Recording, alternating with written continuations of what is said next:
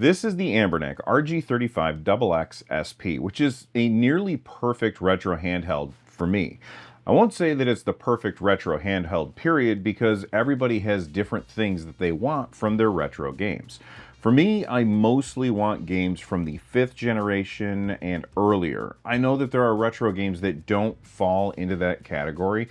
We recently had a fantastic discussion about what defines retro on an episode of the NerdNest podcast. There's going to be a link down below that like button. But the games that give me nostalgia are the games from that 16-bit era and prior. And yes, you can push these little handhelds a little bit harder in order to run 6th gen games, but generally those types of games require a joystick or even two, and I mean, we gotta be honest, they're not gonna play well on digital inputs. Plus, you'll find that quite a few 6th gen games, they're just not going to run at acceptable frame rates on devices like the RG35XXSP. So in this video, I thought that I would talk about my week 1 experience with this device, what I like about it, what I don't like about it, as well as share a few tips and tricks that I've learned along the way. It comes in 4 colors. You've got transparent blue, which when I looked at it on the website, I thought was like transparent purple, like old Nintendo style, but they call it blue. They also have transparent black, silver, gray. Anbernic sent me the transparent black one, and this is a good point to say that I did receive this system for free, but they have no input on what goes into this video, and they don't get to see it before you do. As far as the internals go, this has an H700 quad-core ARM chipset that runs at 1.5 gigahertz. They've got 1 gig of LPDDR4 RAM, and it comes with a 64 gig micro SD card. Inside, there's a 3300 milliamp hour battery, which is replaceable, which I love being able to say that. Anbernic says that the SP has an 8-hour battery life, but that's obviously going to depend on what games that you're playing. If you're running more demanding games that came from more powerful systems, then you are obviously going to be burning through this battery faster. I will say that the SP has pretty hefty battery drain while you are in sleep mode. And I'll talk about a way that you can get around that sleep mode drain later on in the video. If you're looking for detailed battery tests, then make sure you check out the video from the Fox of all about this. There's a link in the description down below that like button. Anbernic's latest also has Wi-Fi, so you can work on your retro achievements, or if you have more than one, you can connect them over the internet for some multiplayer action. You also have the option of plugging it into your TV if you want to play multiplayer on the couch, because it has HDMI out, which is something I was very, very excited about when I found out. And it has Bluetooth. So not only is this a fantastic handheld with a really great form factor, but with a few tweaks, you can also use it as your main TV emulation device, which is incredibly cool. More on that later on in the video.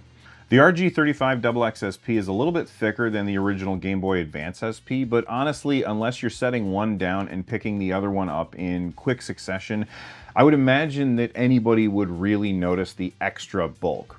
From here on out, just to make things a little bit easier, I'm going to call the RG35XXSP the SP, and I'm going to call the GBA SP the GBA. I'm sure that I won't ever mix those things up, but here we go. The SP has a 3.5-inch 640 by 480 IPS screen that gives it a 4:3 aspect ratio, while the GBA has a 240 by 160 pixel screen, which is a 3:2 aspect ratio. Because of this, Anbernic did something very smart. If you're playing a GBA game, they crop in the bottom of the screen with a Game Boy Advance SP logo on the bottom, and that forces the aspect ratio to be 3:2, and then you can double the resolution of all of your GBA games. On the NES, which has a native resolution of 256 by 240, which is this weird 8:7 aspect ratio, it means you can get a 2x integer scaling with black bars on the sides, although Anbernic covered up those black bars by putting little skins over top of it. The Sega Genesis, which has a strange 10:7 aspect ratio, can be squeezed down into the 3.5-inch screen on the SP by doubling the resolution of the game, and you end up with small black bars on the top and the bottom. Super Nintendo games can't have integer scaling due to the aspect ratio differences, but it's close enough that I really don't care. You end up with borders on both the sides and the top and bottom, but I think it's okay. PlayStation and N64 both have the same resolution, which is exactly half the native resolution of the screen of the SP, 640 by 480. Those screens' native resolutions are 320 by 240, so you can just essentially double the pixels. Now, some of the games in this generation are going to have a hard time running, so it's not really for them, and both of those systems have lots of games that require the use of thumbsticks. So again, not really a good fit for this particular device. But if you're playing something like, say, Final Fantasy VII on your SP, this is going to be a really good experience. And finally, Dreamcast games, they ran at 640 by 480, which is the native resolution of this device. Though I do think that you're probably asking a lot of a device like this to be running Dreamcast games at native resolution in such a small form factor. That doesn't mean that you can't, it just means that you're going to run into quite a few games that aren't going to run as well as you would like. Overall, I think the screen looks great. It gets bright enough and it gets dim enough so that you can play it in just about any situation.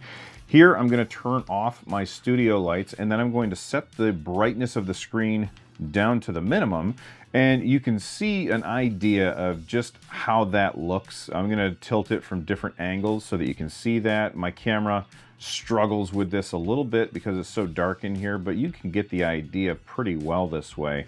It looks pretty decent. And here's what it looks like at the brightest setting, and I've got very bright studio lights in this room.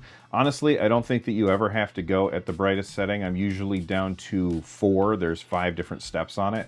And this is in very bright studio lights. I'm on, that's the dimmest setting. And now there's step 2, step 3, step 4, and step 5. And honestly, step 3 and 4 both look fine, and I have very bright lights in here. Again, let's take a look at the viewing angles. I'm going to view it from the sides. You can't really see a whole lot of color shifting when you do that. The worst comes from like the corners. But I mean, honestly, you're never really going to use the device in that way. So when you're looking at it straight on, it always looks fantastic. And again, this is on the 3rd setting. That's the brightest setting. There's the 3rd setting right there. That's right in the middle, is almost perfect. Let's move on to the buttons. These buttons are probably going to be the biggest negative about the device for 2 reasons. Number 1, they have a really long travel, which means you have to push pretty hard in order to actuate the button. It isn't enough that I feel like I'm going to get tired or anything, but it definitely will influence the types of games that I'm likely to play on the SP. For precise platformers or games where I personally have a tendency to button mash, I don't see myself using the SP for those types of games. It might be something that I could get used to over time, but I honestly don't think that I will. And it's not because I can't, it's more because I really don't play those types of retro games. The games that I would personally play on this aren't the action-heavy games. There are a few exceptions like F-Zero, because F-Zero on the Super Nintendo is unbelievably fantastic. But from these generations, I typically like the more relaxed games rather than those button mashers. Here you can see that I'm trying to throw some fireballs as well as some dragon punches, and I'm pretty decent at pulling off the fireballs, but the dragon punches I am not able to do. And I feel like it's a couple of reasons for this. Number 1, I don't typically play these types of games, so that could absolutely be a huge factor. But overall, I feel like this system is not great for fighting games. That being said, I mean, fighting games are generally a 2-player experience where you're fighting against somebody else. So maybe I'm wrong about this, but most people are not going to get this device and then fire up a fighting game on it just to fight the PC or the computer all the time. I was playing Double Dragon on the NES and I noticed that you have to push the buttons really hard, and because of this, it kind of makes the screen like shake all over the place. So games that are very, very spammy, like Double Dragon, they're going to make kind of a bad experience, and it's because you have to depress the buttons so much in order to register an input. That being said, it isn't really a deal breaker for me, but if the buttons didn't require as much force as they did, then I don't think that this would be an issue at all. We've got 4 triggers across the back. The triggers are inline triggers. Most of the time I do prefer to have stacked triggers over inline triggers, but I do think that this is a pretty good layout as it makes this device more pocketable. L2 and R2 do stick up more than L1 and R1, but in games where the triggers are important, I really don't see any issues at all.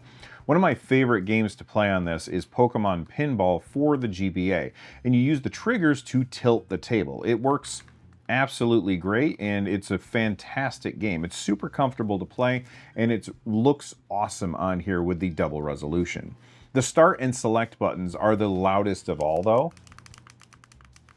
But you really don't press those buttons all that much, so it doesn't bother me. But man, what a strange decision that Anbernic made here to go with long travel, very, very clicky buttons. I handed the SP to my son and asked him what he thought about the buttons because he asked what I didn't like about it, and he said, no, you're wrong. These buttons are fantastic. I really like them. So that really surprised me. I think that there's going to be a lot of people out there that this is absolutely perfect for. On the left-hand side of the SP, you have your volume rocker right here.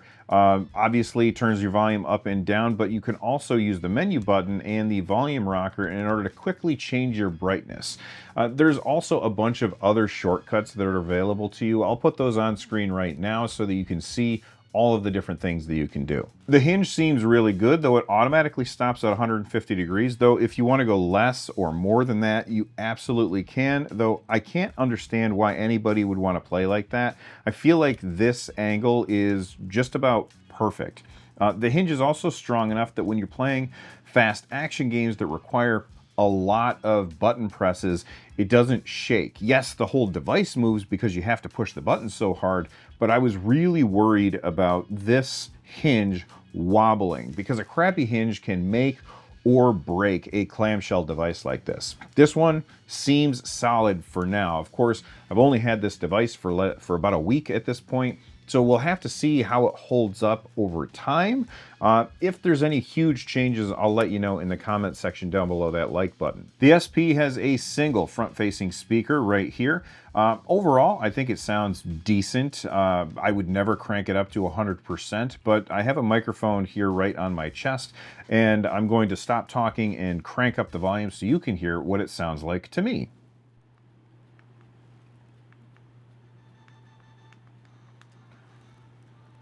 I don't know if you can hear it or not. This is 10%.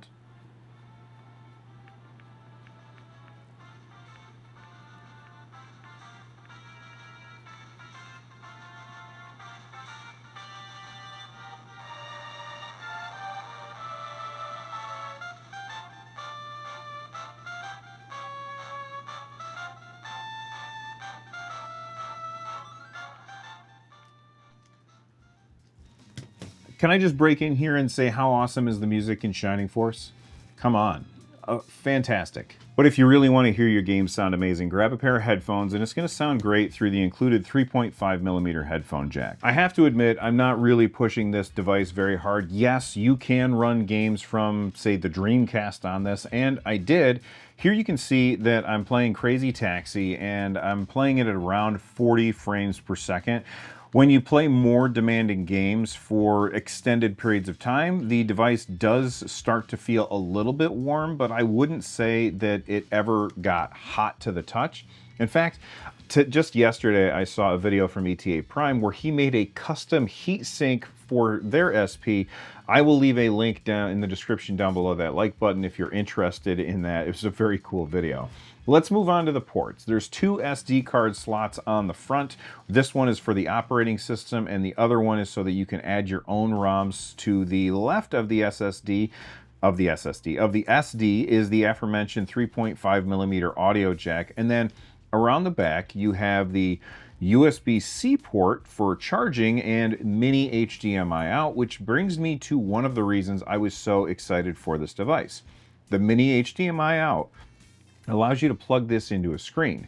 And Anbernic went 8 steps beyond what they had to do in order to make this work on a TV. I just wish that they took a couple more steps. It works, but it isn't as seamless as what I'd like. What I'd really wanted was to have an HDMI cord and a USB-C cord plugged into my TV.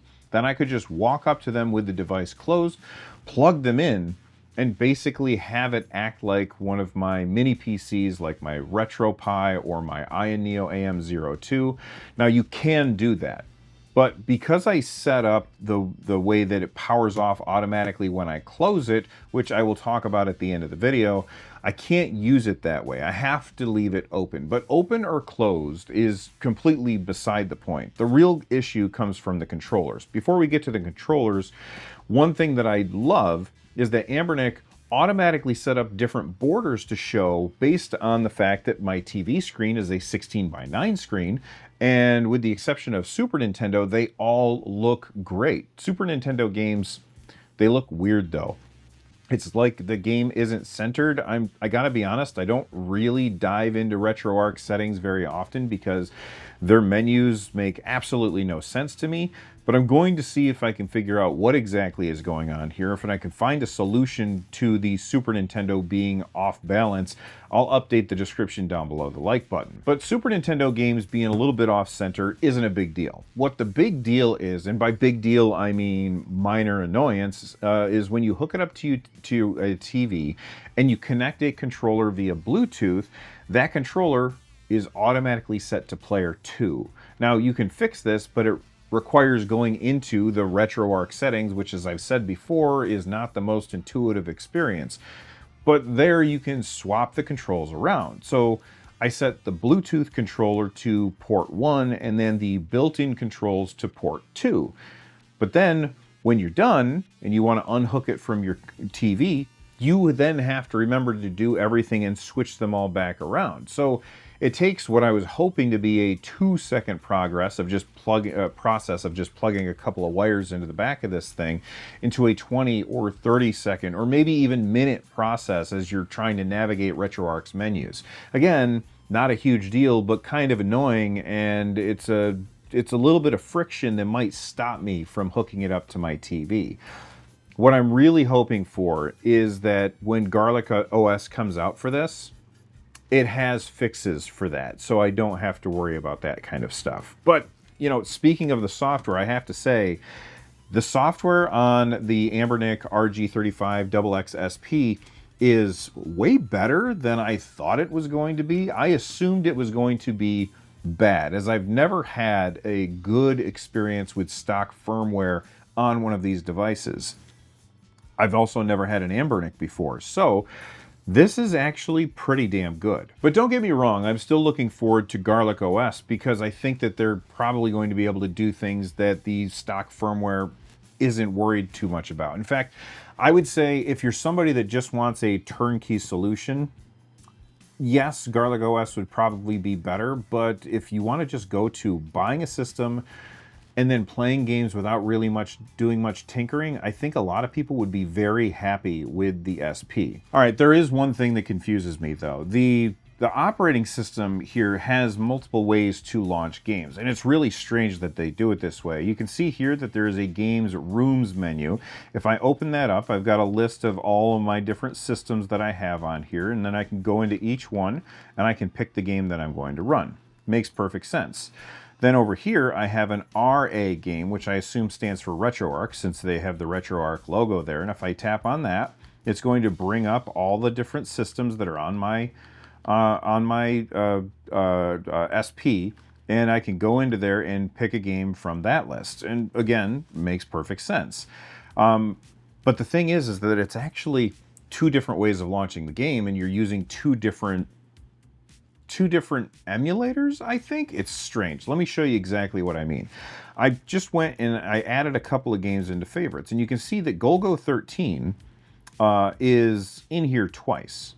Now I'm going to launch the first version of Golgo 13 on here, and once the game loads in, I'm going to press the menu button, and you'll see I have a very restricted menu here. I've got exit, save, load game, restart, video display effect, video display aspect, backlight brightness, and turbo delay. Now I'm going to go ahead and close the game.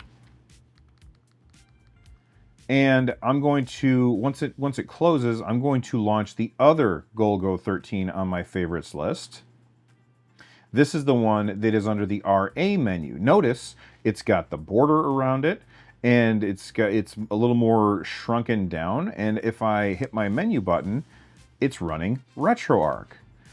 And the thing about this that's very confusing is that you will have different save states on each one of those. So why they have both of them on the main screen is very, very confusing to me, and I don't know which one is better. So this is one of those weird things that I hope kind of gets solved when Garlic OS comes out for the SP. All right, I've laid out a few speed bumps for the SP, but I have to say I still love this device. It's going to be my go-to retro system for a long time to come, I think.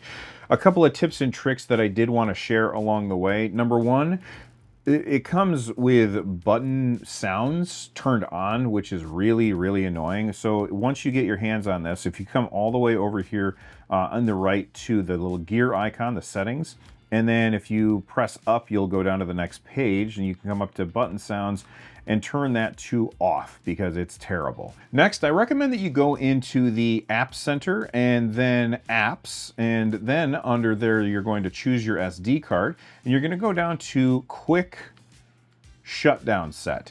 This setting lets you decide what happens when you close the clamshell of the device. By default, it's set to go to sleep, but even in sleep mode, the battery drains faster than I'd like. So I set this to shut down by pressing Y for enable, and it's just going to think about that for a sec.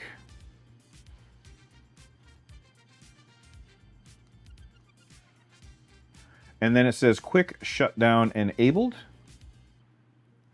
And then set lock screen action, I'm gonna say shut down. So now what happens is when I'm playing a game and I shut the clamshell, it's just gonna turn off the device. And that sounds like a really, really bad experience, but I'm gonna show you why it's an awesome experience. So I'm gonna go ahead and go into my favorites, and I'm going to load up Shining Force for the GBA. By the way, why did nobody tell me that Shining Force existed for the Game Boy Advance with completely updated graphics and audio?